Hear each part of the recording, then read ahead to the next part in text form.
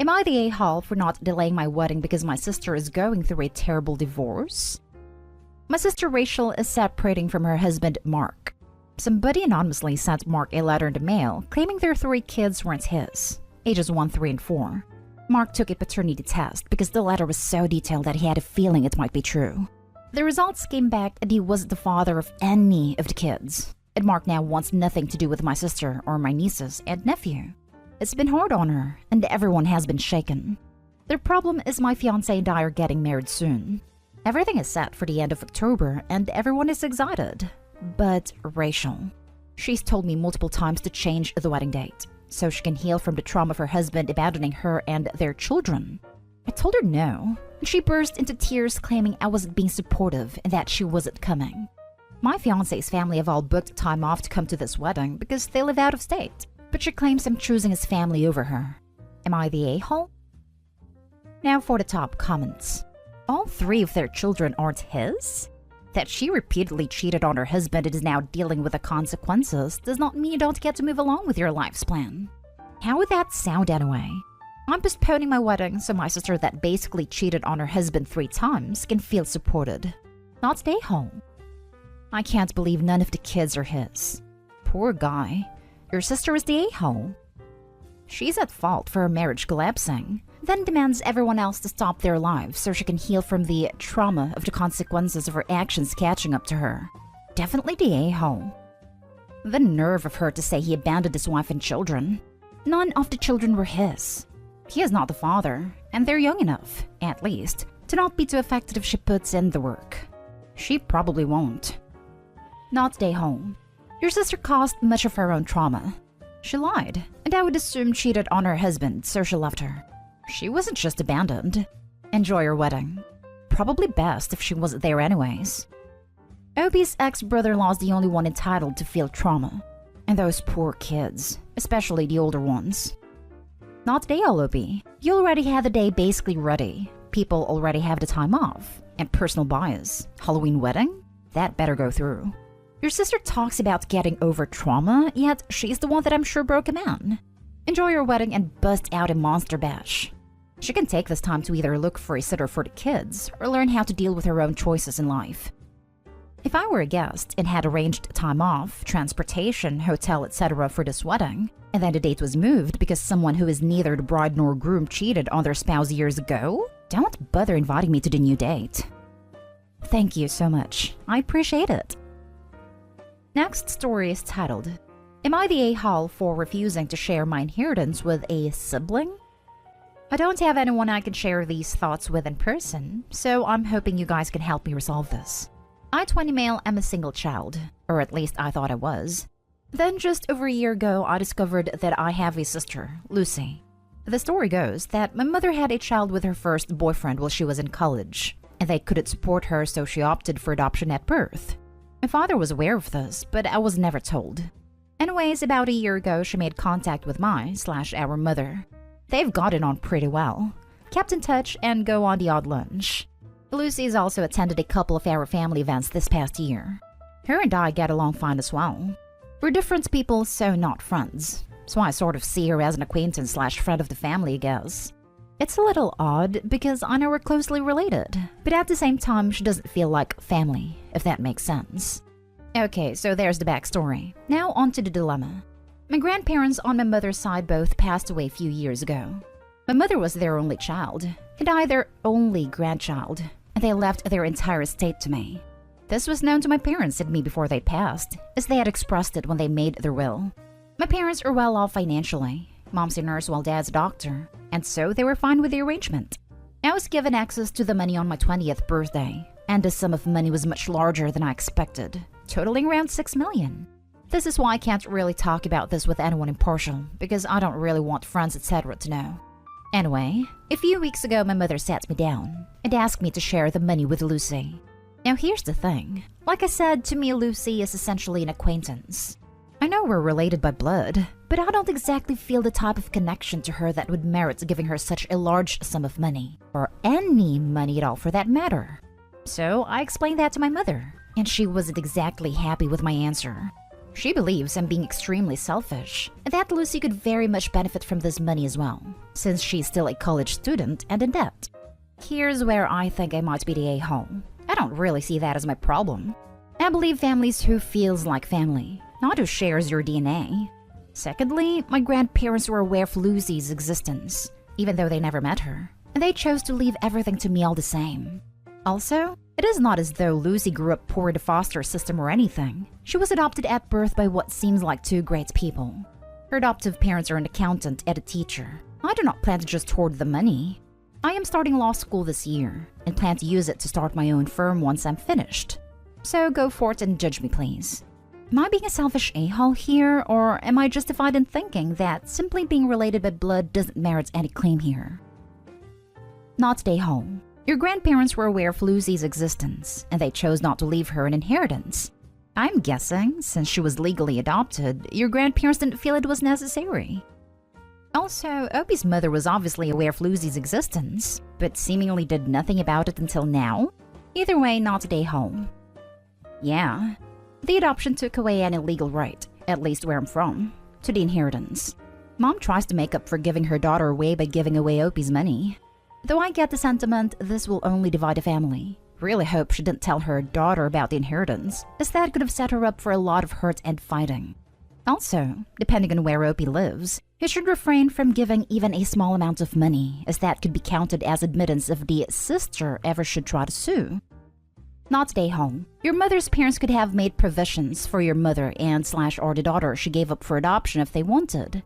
Your mother is free to make whatever arrangements she sees fit with her estate, but your grandparents made their wishes known when they left their estate to you. I agree. Your parents seem to be doing well, and now that you have that money, they could focus their finances on her. My father makes a majority of the family's income, and this isn't his child. So I don't know how he would feel about financing her. Should have mentioned that. By the same token, she is not your child. I generally agree with the no a-hole commentary. I'm just going to point out that if you don't share, that's totally valid. Just don't be surprised later if your mom leaves more to Lucy than you might otherwise expect, as her way of equalizing. Next story. Am I the a-hole for lashing out at my sister for not shutting up about adoption decision? My girlfriend, 25 female, is almost 4 months pregnant. We try to be careful with protection, but I guess we messed up, and here we are. Her and I, 25 male, decided adoption will be best. We want kids in the future, but we're both working minimum wage jobs, barely making it okay with the bills every month. And we talked about it a lot before we decided it just wouldn't be fair if our baby had to live in horrible conditions because it will get expensive when we could find someone who might be able to. We found this couple through friends of friends, and we are getting to know them pretty well, seeing what kind of people they are. My family knows we're choosing this route, and for the most part, support it. My sister, 35, however, keeps pushing that we keep the baby. She has 3 kids herself, and all she keeps saying is parenthood is hard, but it's rewarding. I've told her, yeah, we get that. We want kids, but in the future with better jobs, and us not counting change in our pockets to take the train to work. It's been hard enough accepting the reality that we want to get to raise our first baby together, and her constant comments don't make it better. Even when I ask her, tell me how we're gonna support a baby, she just said she doesn't know, but you'll find a way. I've told her many times to stop talking about it because of everything it does to us, and she's not even being helpful. Today at my mom's, she still brings it up again, just saying she really thinks we're making a mistake, and talking about how tough it'll be as a parent, but it'll be worth it. My girlfriend got all upset. She went to the bathroom. And I don't know. I just told her to shut up already. Exactly like that. And that I'm sick of her always talking about this. We know everything we're going to miss out on, so stop talking already. It wasn't like screaming or anything, but I did raise my voice at her because I was just so frustrated already. We didn't stay long, but yeah, my sister does think I was an a-hole for having that reaction. And she didn't deserve to be told shut up for simply caring about her future niece/nephew. We've never fought like this before, but I really couldn't take it anymore. She won't talk to me. Still thinks I was in the wrong. It's hard to see how, but maybe I missed something. Was I an a-hole? Now for the comments. Not an a-hole. You made a very hard, extremely mature decision. Your sister has zero say in it, and if she haven't understand it by now, I guess now she does. If she cares about the baby so much, she can adopt it herself. Good luck, Opie. Funny thing is, I suggested that if she's so adamant about us keeping the baby, but she just told me to stop being ridiculous. Yeah, sounds like she cares so much about future nephew/niece. Not a-hole. You've thought about it thoroughly and made what you feel is the best decision for yourselves and your child. Your sister needs to back off and realize it's not a decision you made lightly. If she's that adamant you keep the child, is she planning to help you out financially? Unless she is, she has no say in anything. As someone who struggled with fertility, thank you. Thank you for doing the best for your child. Thank you for giving someone a chance at parenthood that they may not have had otherwise. And good luck with everything. You're doing an incredible, selfless thing. I've brought that up before, and obviously her answer is don't be ridiculous, and then that she has 3 kids she's already supporting. That means a lot. Usually don't get all watery eyes for a comment, but this one does it. Hasn't been easy, especially for my girlfriend. I wish we didn't have to make this choice, but we know this is for the best. I really hope things worked out for you. Hey Opie, I don't know if you're planning an open adoption. Sounds like it. But regardless, a lot can happen over years. I advise you and your girlfriend to write a letter to the baby explaining your decision and how much you love it and wish the timing could have been better. Give it to the adoptive parents. If anything happens, they move away, the relationship sours, something happens to you and/or your girlfriend, etc., then the child will always have your reasons and your love. Something like that, yeah. They'd like for the baby to know about us as they grow up, even if we're not in contact. We're doing something like that, but it's more like a personal journal from each of us, a letter and some pictures. Now for the last story. Am I the a-hole for RSVPing no to my stepsister's wedding? My stepsister Serena and I have been stepsisters since I was 5 and she was 9, but we have known each other longer. I honestly don't remember my life before she or her mom were in it. Serena's dad passed away when she was a baby, and my mom died 18 months after my dad married my stepmom. So we essentially lived together for a large chunk of our childhoods. But she never did consider me family or her sister. She's older, so I get that the experience was different for her, and she remembers a life before me. I never took it too personally, though I did try to make us closer over the years, but she was never interested. People used to tell me that once we were adults, it would be easier because we'd be at the same stage in life. Serena's getting married in a little over 2 months, and I decided to RSVP no to the invite. I was always a little awkward about going, but I would have. But last month, my parents invited Serena's bridesmaids over to thank them for being part of the wedding. There, I learned that one of her friend's younger sister was also going to be a bridesmaid. This is a friend she has known since senior year of high school. The younger sister is apparently someone she considers a sister. The youngest sister then told me Serena always said she was the sister she never had and stuff. That she had specially asked her to be in the wedding because she considered her as close to a baby sibling as she ever got, and wanted her there. Said nothing, but it just made me realize that she actively chose not to try with me, but could choose to try with one of her friend's siblings she met years after meeting me. Through talking with Serena's little sister, I realized she had made such a big effort to hang out with and spend time with her. It went to her milestones like graduation or even big birthdays. Sweet 16, 21st. She never showed up to that stuff for me, or when she did, my 21st she did show for. She made no effort to hang out with me. She went because her mom had paid for an open bar, and some of her family was going to be there. I don't remember her even speaking to me that night. So I RSVP'd no, and her future husband sent me an email, with my name wrong, that Serena didn't want her mom to know. But then he went and mentioned it to my dad and now it has blown up. My dad asked why I wouldn't attend, and her mom is saying that after all she has done for me, I should show up and be part of the family event.